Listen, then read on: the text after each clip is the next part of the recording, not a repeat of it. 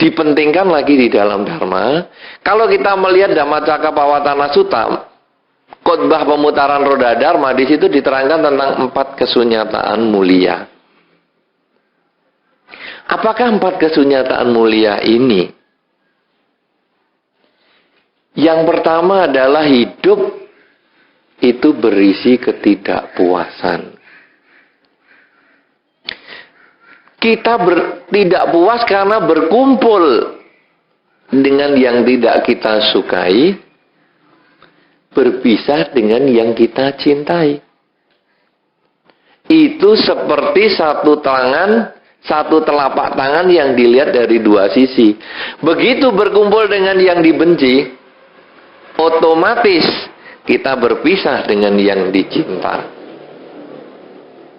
Begitu berpisah dengan yang dicinta, otomatis berkumpul dengan yang dibenci. Itu hanya satu tangan bolak-balik. Contohnya, di Blitar sekarang ini, mungkin saya kira Kediri juga begitu, mulai dingin.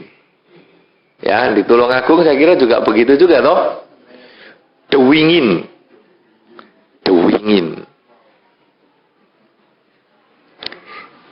Anda dulu sibuk pasang AC. Itu Kediri, Blitar, Tulungagung sibuk pasang AC. Sekarang kedinginan. Anda ikut stres loh. Wih, dinginnya nggak pasang AC wis wadem. Takut mandi sampean. Loh, dulu pasang AC kan supaya dingin. Sekarang dingin protes. Anda kedinginan itu berkumpul dengan yang tidak Anda sukai, kedinginan. Otomatis berpisah dengan yang Anda sukai, rasa tidak kedinginan. Anget. Nah. Tapi kalau anget kekangetan, Anda ya protes lagi. Sumu wah, Blitar, Lingi atau Kediri, Tulungagung sekarang kok sumuk ya, bukan panas. Kalau panas payungan. Sumuk. Dalam bahasa Indonesia gerah. Kadang-kadang orang itu bahasa Indonesianya rodok keliru. Malam-malam panas ya, panas. Loh, panas payungan. Gerah. Kalau malam ini gerah. Kalau tuwek kenapa Pak Manardi? Kalau panas gerah, kalau tuwek gerang. Nah. Pinter semua. Cocok. Ya, kasar halus kan tergantung pikiran. Nah, ini justru inilah berkumpul dengan yang dibenci, berpisah dengan yang dicinta. Kita jadi tahu, kasar. Berkumpul dengan yang dibenci, aku rasa seneng dilokke gerang. Ya toh? Berpisah dengan yang dicinta, maunya dilokke sepuh. Sampun disepuh. Disepuh ya kasar meneh. Nah, jadi kalau disepuh kan artinya barang elek jadi lebih bagus toh tampaknya. Kan sebetulnya itu sama dengan digerangi loh itu. Ya. Nah, itu semua tergantung pikiran. Nah, inilah justru di dalam Dhamma bahwa kita sekarang kok kepanasan, ngomel lagi. Padahal sebetulnya gerah itu tadi itu kan karena kita berpisah dengan yang dicintai, suasana sejuk. Berkumpul dengan yang dibenci, tidak suka dengan suasana yang gerah. Gobios semua, lalu pasang AC. Sudah pasang AC kademen selimutan. Loh, ini piye sih? Tadi katanya kepanasan, kegerahan, pasang AC, sekarang kedinginan, selimutan. Ini kadang-kadang kalau kita lihat juga lucu loh manusia ini. Nanti kalau sudah kedinginan melungker ngomel lagi. Lah inilah berpisah dengan yang dicinta dan berkumpul dengan yang dibenci. Itu kesunyataan yang pertama dan ini berlaku untuk semua makhluk. Manusia juga berlaku. Binatang juga begitu.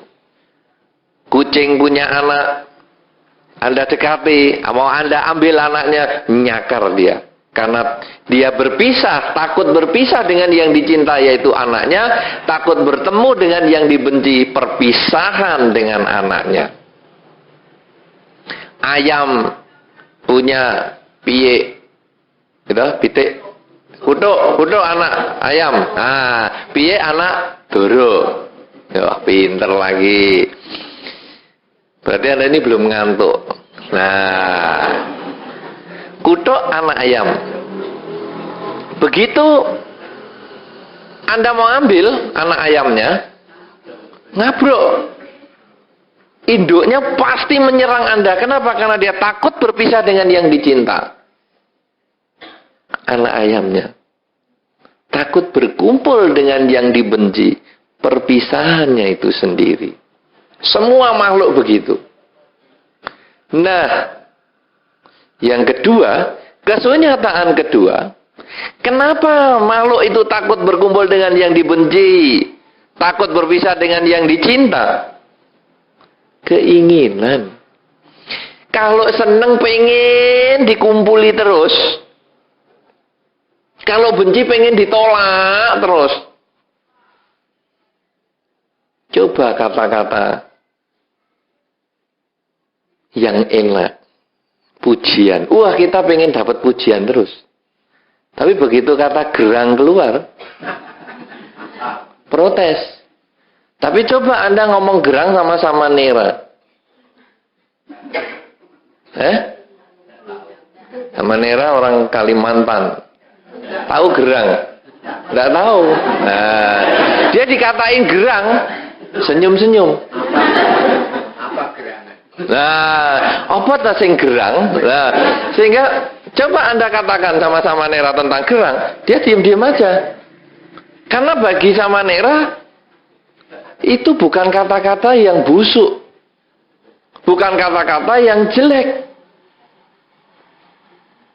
Kenapa? Karena tidak mengerti bahasanya kata gerang itu. Nah, bahwa gerang itu sama dengan tua, tapi sebetulnya memaki sama Nera. Jadi kalau sudah tua masih kelakuannya nggak beres, dikatain ini gerangan. Sudah tua, kelakuannya masih nggak beres. Itu loh sama Nera artinya, makiannya begitu. Nah, jadi kalau kita sekarang, coba Anda misalnya tidak suka dengan pisuan. Misuh, orang misuh. Itu kan karena Anda ngerti bahasanya misuhnya itu. Jadi Anda punya pikiran, aku nggak suka dipisui. Aku suka mendapat pujian. Tapi ketika Anda dipisui dengan bahasa yang Anda nggak ngerti, malah senyum-senyum loh Anda. Mungkin dia memuji saya. Oh, kok serius banget ya? Nah, itu semua adalah pikiran. Nah, oleh karena itu, ketika kita berkumpul dengan yang dibenci dan berpisah dengan yang dicinta, muncul kejengkelan, muncul ketidakpuasan.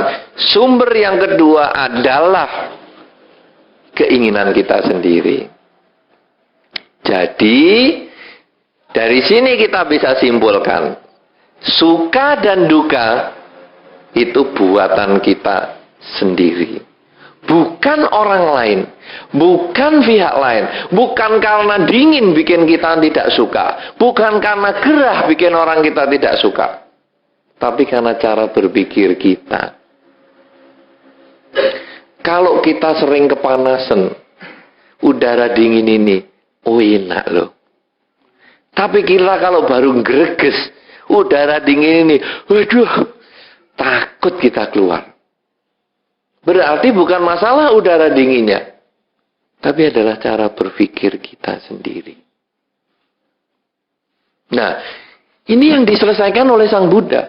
Karena itu apapun yang Anda miliki di dunia ini, kalau muncul penderitaan, muncul kesulitan, sebetulnya dasarnya dari diri kita sendiri, bukan dari yang lain. Anda jangan mengatakan, wah bos saya galak. Bukan. Sebetulnya saya senang punya bos galak ini. Karena saya bisa berpikir gimana ya caranya ngelawan sama bos yang galak, tapi bisa nurut sama saya dan tetap saya baik sama dia. Kalau saya main emosi, musuhan. Kalau saya pakai akal, saya jadi baik tapi tidak musuhan. Tapi saya bisa memperbaiki dia. Nah, ini kalau kita punya bos galak itu kita cara berpikirnya begitu. Ini berarti pikiran saya mengharap dia baik sama saya, padahal kenyataan tidak. Sulit sekali untuk menerima kenyataan. Kalau sekarang kita belajar di dalam Dharma, sebetulnya kita lalu menyadari udara dingin, suka dan duka karena diri kita. Berpisah dengan anggota keluarga kita, susah dan suka adalah diri kita. Punya pimpinan yang tidak cocok, suka dan duka karena diri kita. Punya pekerjaan yang tidak cocok, suka dan duka karena diri kita. Karena itu, kalau Anda bisa mengerti ini, maka kesunyatan yang ketiga, kita bisa memperbaiki situasi. Udara dingin, Anda tidak bisa memperbaiki udara dingin jadi panas. Udara panas atau gerah, Anda perbaiki supaya dingin. Anda tidak bisa. Tapi sekarang Anda mengubah cara berpikir. Dingin. Ya enak juga lah. Di dalam rumah diang-diang. Ada tidak sekarang ya diang-diang ini? Masih ada? Pakai apa diang-diangnya? Sampah-sampah. Di dalam rumah masa sampah-sampah ada lagi. Ya, tapi kita mulai berpikir, oh dingin-dingin. Kalau gitu masak anget-anget. Pedang rundi. Nah, sebentar lagi dapat loh di sana. Nah, jadi kita lalu mikir, gimana ya udara dingin-dingin. Sebagai ibu rumah tangga, aku gawe wedang jahe. Akhirnya seluruh keluarga happy. Nanti waktu panas-panas, gerah-gerah, bikin es. Nah, coba kalau Anda balik. Panas-panas, wedang jahe. Adem-adem, bikinkan es kopior. Dipisui loh sama pasangan hidupnya atau sama keluarga Anda. Paling enggak, masakan Anda enggak laku. Tapi ketika Anda dingin, apa ya enaknya dimanfaatkan? Wedang jahe. Itu cara berpikir Anda yang diubah, bukan mengubah dingin dan panasnya itu. Panas-panas gerah-gerah ini apa? Oh, es. Ini cara berpikir Anda yang diubah. Kalau Anda bisa begitu, muncullah kebahagiaan. Tapi kalau Anda tidak bisa begitu, muncullah penderitaan. Duh panasnya, duh dinginnya, duh apa, ngeluh terus. Tapi ketika Anda bisa memanfaatkan setiap situasi yang muncul, apa saja, muncullah kebahagiaan. Inilah kunci Dharma. Kunci yang ketiga itu tadi, kalau hidup itu berisi ketidakpuasan karena berkumpul dengan yang dibenci dan berpisah dengan yang dicinta. Yang kedua tadi sumbernya keinginan kita sendiri. Yang ketiga berarti kalau keinginan kita berarti kita bisa atasi sendiri. Nah lalu yang keempat jalannya untuk mengatasi. Di dalam Dhammacakkappavattana Sutta di situ disebutkan jalan mulia berunsur 8. Inti jalan mulia berunsur 8 adalah punya perbuatan yang baik, ucapan yang baik, pikiran yang baik. Apakah itu ucapan, perbuatan, dan pikiran yang baik? Badan, udara panas atau dingin, mengalami untung atau rugi, punya pasangan hidup menjengkelkan atau menyenangkan, punya anak yang nurut atau yang rewel. Hendaknya badan ini dikendalikan. Artinya, punya bojo yang rewel, jangan langsung merengut. Badan dikendalikan dulu. Bibirnya direm, jangan panjang-panjang. Kenapa? Karena kita mencoba berpikir, kenapa ya kok dia merengut? Kenapa ya kok dia galak sama aku? Kenapa ya kok dia kasar sama aku? Nah, akhirnya kita bisa mengubah. Oh, pancen kamu begini. Nah, kita mengubah cara hidup kita. Rugi juga, jangan lalu, duh, aku rugi terus merengut, mukanya ditekuk, lalu songgoang. Jangan. Lalu kita merenungkan, kenapa saya rugi? Apa yang harus saya perbaiki? Mungkin dagangan saya pengaturannya kurang bagus. Mungkin harga saya yang kurang bagus. Nah, dengan perbaikan perilaku ini, penderitaannya hilang, kebahagiaannya muncul. Ini baru perilaku fisik. Apalagi ucapan. Perilaku fisik bisa. Karena ketika Anda ketemu dengan pasangan hidup yang menjengkelkan, anak yang nakal, dagangan rugi, ketemu saingan dagang, fisik Anda tidak melakukan apa-apa. Tapi omongan bisa nyengak.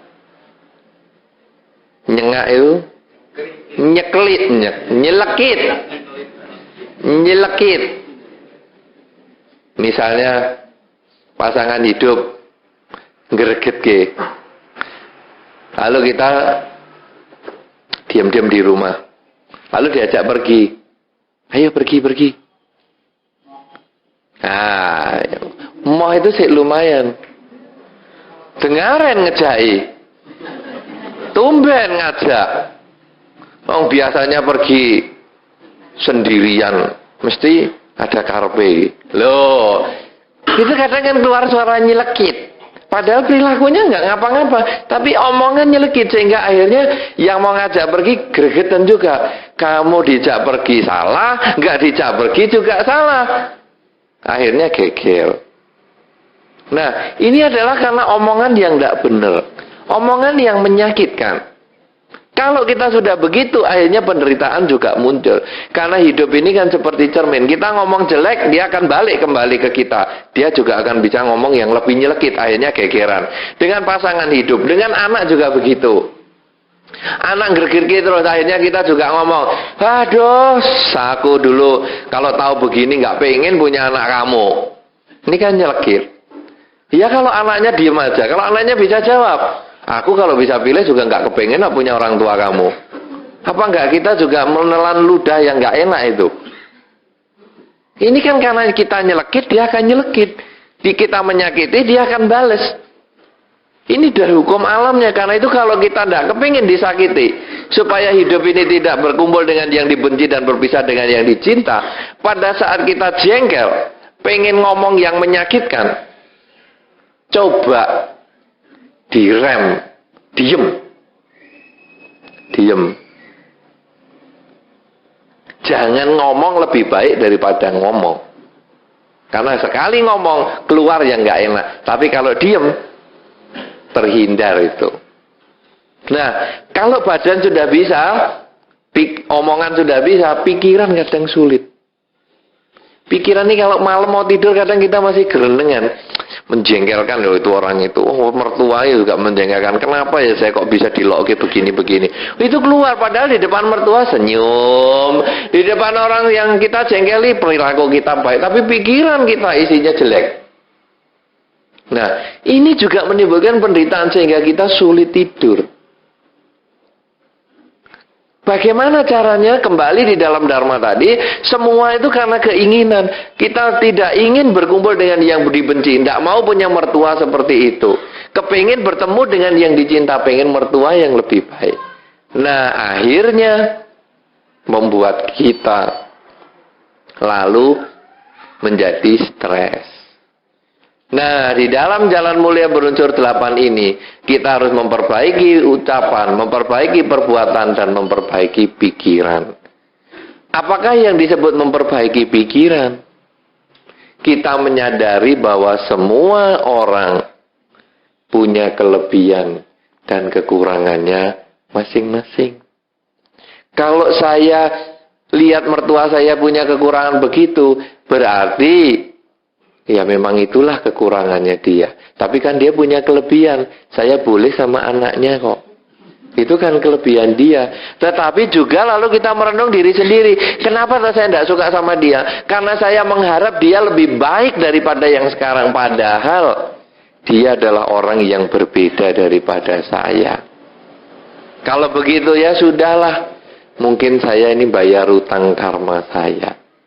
Kita lebih tenang begitu. Ketika saya mengalami kerugian, lalu saya juga merenungkan, loh kenapa saya rugi? Saya bisa perbaiki. Tapi kalau sudah begitu, kita juga lalu merenungkan.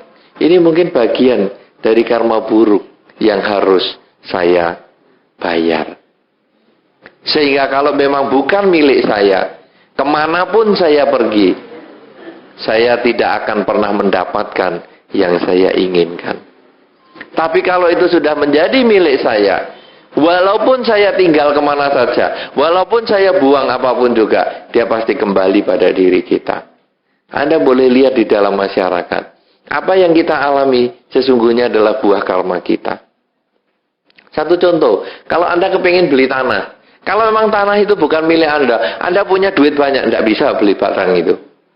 Tapi ketika Anda memang tanah itu milik Anda tidak mau beli tanah, tetap disuruh beli. Akhirnya harga murah pun Anda bisa beli. Pasangan hidup juga gitu. Kalau sekarang pasangan hidup itu memang milik Anda, tidak usah nyari dapat. Santai-santai bisa dapat. Tapi kalau belum jadi miliknya, sudah di gerbang perkawinan loh. Sudah pesen rok manten, sudah pesen makanan, bisa kok batal. Malah pernah kejadian di Jawa Tengah itu, sudah hari kawinnya kan malah mati. Iya toh? Duduk di pelaminan, perempuannya mungkin kekeselen, pingsan, masuk rumah sakit, berangkat, mati. Nah, itu kan sudah jelas sudah bukan miliknya lagi. Karena sudah duduk di pelaminan saja masih bisa lewat. Dagangan juga gitu. Anda kejar kalau belum waktunya tidak dapat. Begitu sudah waktunya Anda akan dapat sendiri. Keuntungan juga sama. Apa saja, anak pun juga begitu. Dikejar kalau belum waktunya punya anak. Waduh, otot juga merusut terus. Kalau sudah waktunya di stop toh. Jalan terus kok. Bablas terus. Inilah sebetulnya karma. Karena itu kalau kita sudah menyadari hukum karma ini, kita lalu merenungkan tentang karma ini, hidup di dunia tidak ada masalah. Akhirnya kita menyadari apa yang aku terima sekarang, suka dan duka ini adalah buah perbuatanku sendiri. Bukan dikerjain orang, bukan karena ini dan itu, tapi karena buah perilakuku sendiri. Kalau kita sudah menyadari gitu, hidup kita menjadi tenang. Kalau hidup kita sudah menjadi tenang, maka kita bisa merasakan manfaat dharma. Karena sesungguhnya dharma itu akan memberikan kebahagiaan untuk mereka yang melaksanakan.